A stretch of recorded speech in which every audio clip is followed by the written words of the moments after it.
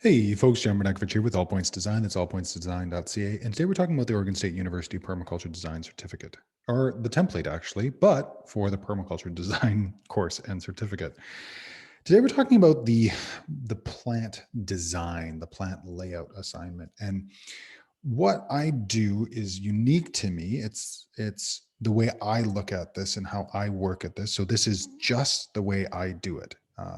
And this is going to be a little bit of a longer tutorial. So if you're used to my 2-3 minute tutorials, this is not that. Also, there's lots of ways to go at starting to conceptually and spatially understand a site. I really like drawing, so I draw a lot because it allows me to understand my site. And one of the things I do is I do this process. And again, I use a iPad Pro 12.9 2017 as a graphic tablet with the first gen stylus. And you can do this with pencil and paper, and that's what I used to do. But again, because this is so convenient, and really when you're buying some of the older models, you can get them for a couple $100. It works really well. So what I do first and foremost is I go through, and again, working with my layers, I'll start with that base layer. So I'll start with whatever the image is I'm looking at. And for my plant design, I'm going to be looking at the front area. So really, I'm just going to give myself another layer here so I can start to muck about. I'm going to be looking generally at this zone here. This is what I want to look at, because this is actually where the majority of the design is going to take place, because this is the balcony is where the folks spend their time. This is the view corridor that they want to minimize. This is the view corridor that they want to minimize. They love looking at this tree, so they want to keep the tree. The tree is beautiful. There's lots of little areas that we're playing with and we're looking at in this situation. So it's important for us to keep in mind what we're looking at. So when I go through design, I always go through and I start to evaluate, well, what do I have? So what I've done is I've just gone through and I've outlined so I visually can see everything. So this is the Mungo pine. It's great for privacy. It's great because it's got its Dr. Zeus shape. That's what they really like about this. We've got the lilac,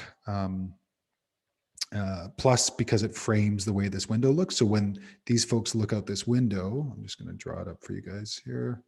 When they look out this window, the way this lilac is, so if they're looking out this way, which is out this way, what they'll end up seeing is they'll end up seeing this lilac frame this side. And so we had this conversation of, would you like to have it framed on the other side as well? And they said, yeah, that'd be great. So I'm already thinking, what can frame the window on the other side? So there's that piece as well. We've got the rose bush, which they like and love, but it's a little scraggly. It is not being well fed, but they love it. So obviously that needs some work. And then I start to take a look at some elements that we spoke about during the conversation and some other pieces. So first and foremost, before we get there, constraints. So I like to label out all of the constraints on my site, just so I'm very, very clear about what I'm not going to be working on. So there's actually a little area here that flows along this line, which the client doesn't want anything planted, so no planting. They also didn't necessarily want anything up this brick wall, but they were okay. So that's a minus, but they were okay with things coming up the struts for the deck. And in my opinion, it's not, exposed 4x4 or 6x6 is not particularly beautiful. So I've got an idea to start to grow around that. So those are some of our constraints. The other constraint is basically on this sight line here to here, on a corner lot. Again, this is why we do a regulatory check. On a corner lot, you can't be any higher than 4 feet. So I can't go any higher than that on this side. And that's basically where this hedge is going to grow. The hedge is going to grow to about there. So those are all elements in my design site that I need to take care of and start to think about. And then what I do is I go in, we'll turn off that layer and we'll come back to this layer. That's the right one. And go back to our green. And then I go in and I start to kind of dot out where I think things could go. So we could put something here. It could be a lilac, but it's a hot zone. It's got lots of bounce light. It's an unused space. It's kind of the primo spot. And it's right beside the only water spigot. This is the only place where we have water on site. So that'd be another good thing as I'm starting to understand my site and put it in. I can just put in here a little water droplet. This is where our H2O is coming from. H2O. Next, I know they want to soften this edge. This again, this transition between brick here is not beautiful. And they'd like to soften this up. So I know they want to soften the house corner, potentially a pollinator. Look at a pollinator tractor, N2 fixer, maybe a flower. And they also want to soften this privacy. So I know that that's the case. I know they want the same thing over here on these spots. And they also want the same thing actually coming up here. So if we go back to our green, we can come back over here. And I'm not crazy about this green. I actually want to go with kind of more of what I had before. So I'm going to go to the history there. There we go. So I'm definitely going to be looking at something here. And this one right here, we might not go up it, but definitely, you know, something that comes up here. Same thing with this shade lover. You know, there's something there that we should muck about with. And I'm just going to just make sure that for my own sake, I just kind of dot that up. So that way it's still the same as everything else. They really like the mungo pine. They like the shape of it. It's a little whimsical. So I'm thinking of doing another one right beside it, because it works, obviously. And then we start to take a look at this space. So the way that this space looks is that there's some great room for some additional elements. So if we bring up another layer I was working on, so this is the prime growing area.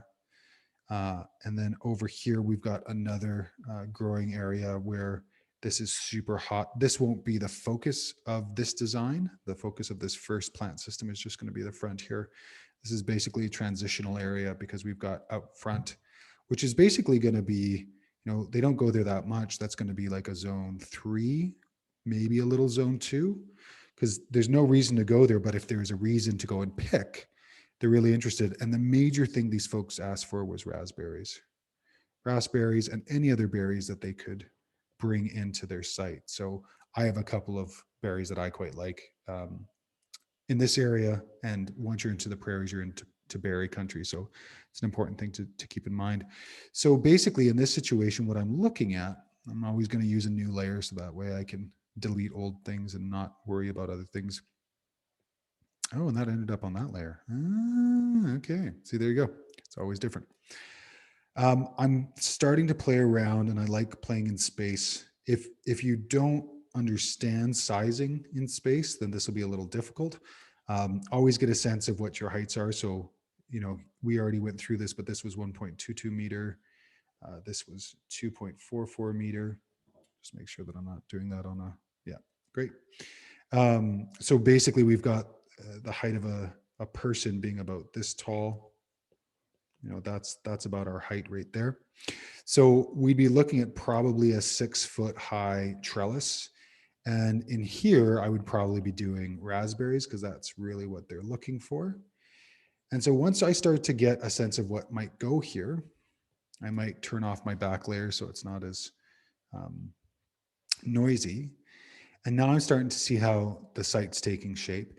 Now, as soon as I get a sense of where I want my plants to be placed, I'm going to go back. And permaculture has been called a spiraling process. So we spiral from one thing to another, to another, to another. So once I get the layout, I'm going to spiral back to water because I want to make sure that this has the best potential to feed itself over time.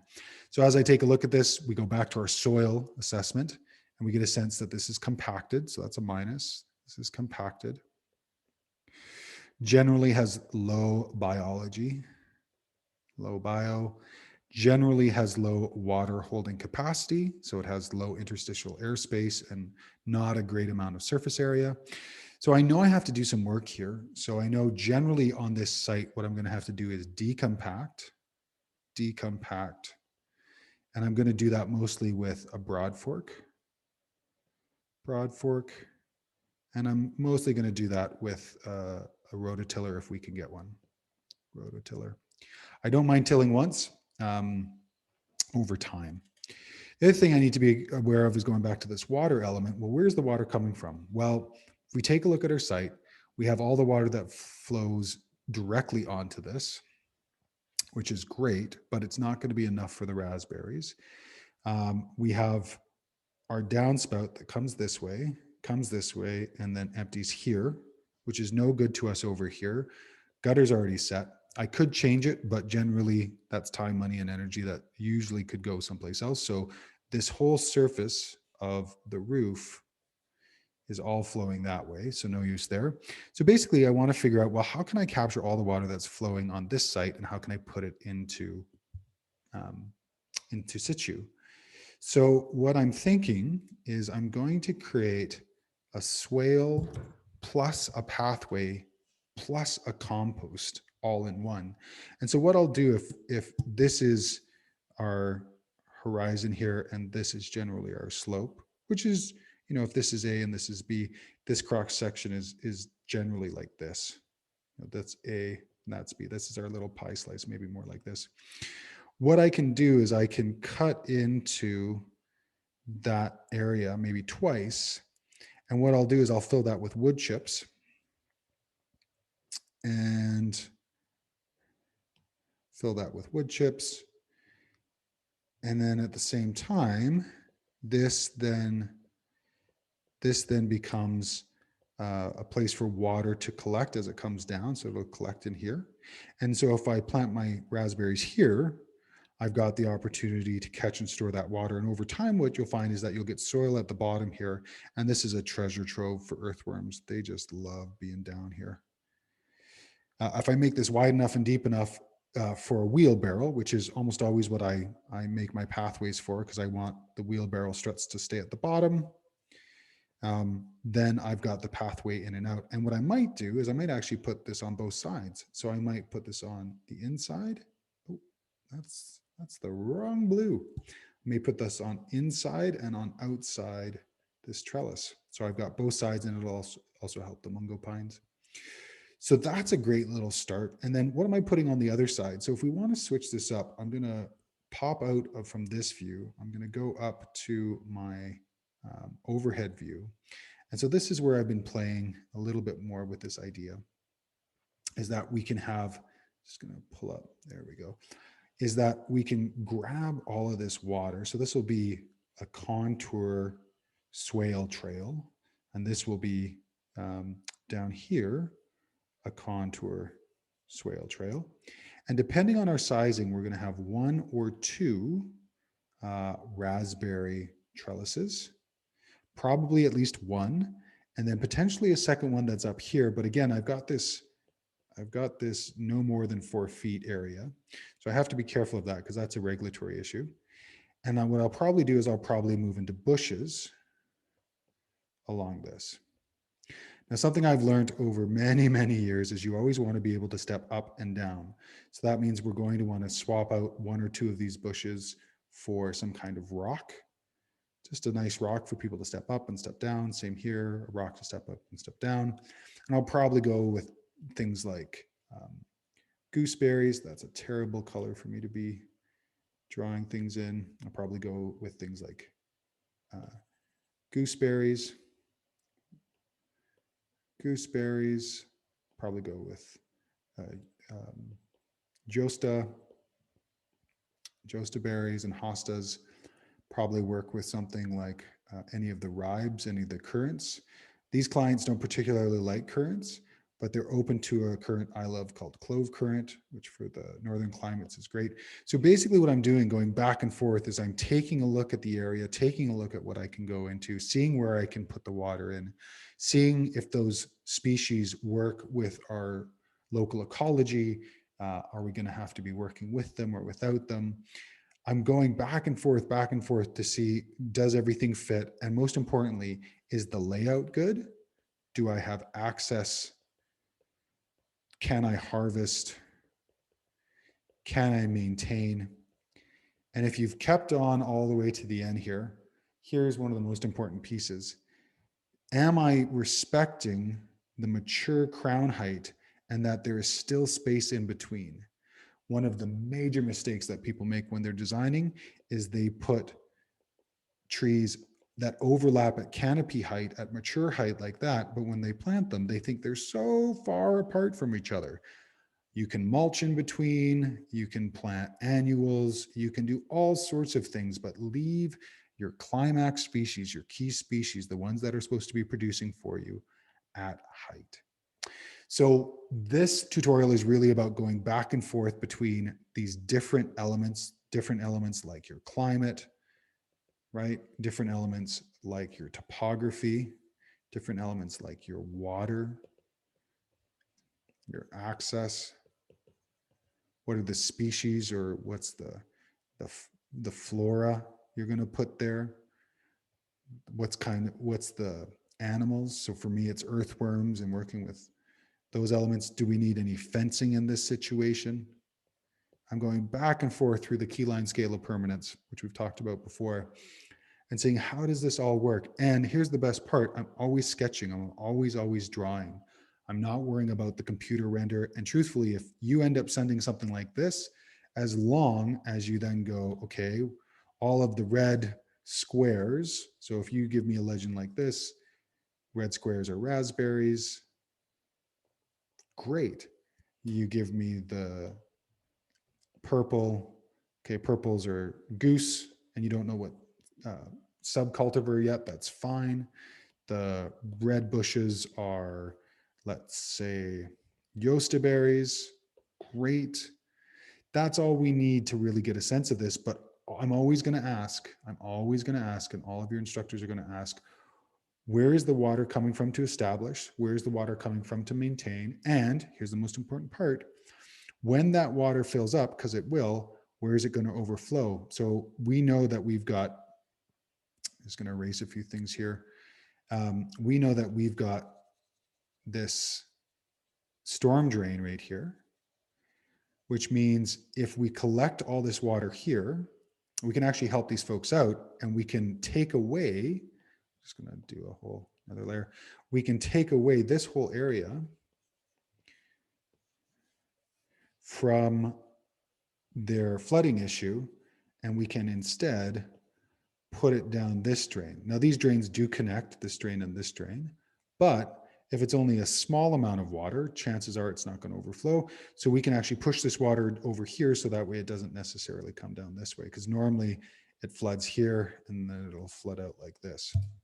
So what I'll do is I'll put spillways, level sill spillways here, which means, if you haven't seen that before, if we have our swale like so, kind of a half tube, if you can think of it in the ground, along this side here, what I'll do is I'll dig down a little, and then I'll make a channelization, so that way it'll come up and over.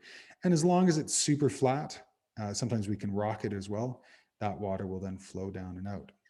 So again, don't worry so much about being perfect in the rendering, just really work, and as a good designer friend of mine likes to say, chew the cud, be the cow chewing the cud. And you'll find that that'll help out as you're starting to design and work with different areas. If you took a lot of photos of your site, this is where it'll pay off, because you can go back, as we were seeing before, you can go back to those photos and you can go through them. This is all I've been doing for this design, is just turning off layers, coming to new photos, turning on new photos, or turning on new layers, starting to see, okay, here's where I'm seeing my strawberry zone. Here's where I'm seeing an underplanting, just to give this lilac a little bit more love. Here's potentially some flowers and some simple terraces, making it a fernery. So doing ferns and easy to grows, because this is a terrible place to mow. It's super junky and hard to move. So all of that helps us out. And then these areas are these little strawberry beds that they've been really keen on. So again, going back to our other idea, I'll just sketch this out one last time. Chances are we're going to have that one swale there and probably a second swale there. So those two will be our swale trails, our pathways, and then move over. I will say this last thing for anybody who's still listening. Be very careful with herb spirals. A lot of people in permaculture think you just go to the permaculture store and take a permaculture element off the shelf and then plop it into design. Please use caution with all things. It's not permaculture if you take an element and put it into the landscape. It's permaculture if you think through the inclusion of elements, both living, non-living, and really including them in a way that makes sense, where they take care of each other's needs. I personally have not found a lot of productivity off of herb spirals. I've seen more herb spirals that have been grown over by blackberries than ones that actually work in context. Usually herb beds are way easier to manage. They're way easier to connect to. And that's that big thing about maintenance, right? Maintenance. How do you maintenance? How do you get in and harvest? And that's one of the things I found with herb spirals. They're very hard to go in and maintain. They tend to dry out at the top. We've done Hugel herb spirals before, but they've been problematic as well. So just keep that all in mind with this assignment. This is a lead up assignment to then the zone 1 design and then the final design. So really just sketch things out, play with things. You have my full permission to fail at this and just play. We're all learning. The whole point here is to get lots of repetition. So please do just play around. If you want to go back to drawing, if you've been doing computer for a bunch, please do. I find it works way better than computer. Computer is great for final render, but really work on the things that work well for you. And from there, you'll find that things will start to flow. Thanks so much for listening. If you like the video, like, subscribe, and we'll see you in the next tutorial. Thanks so much, folks.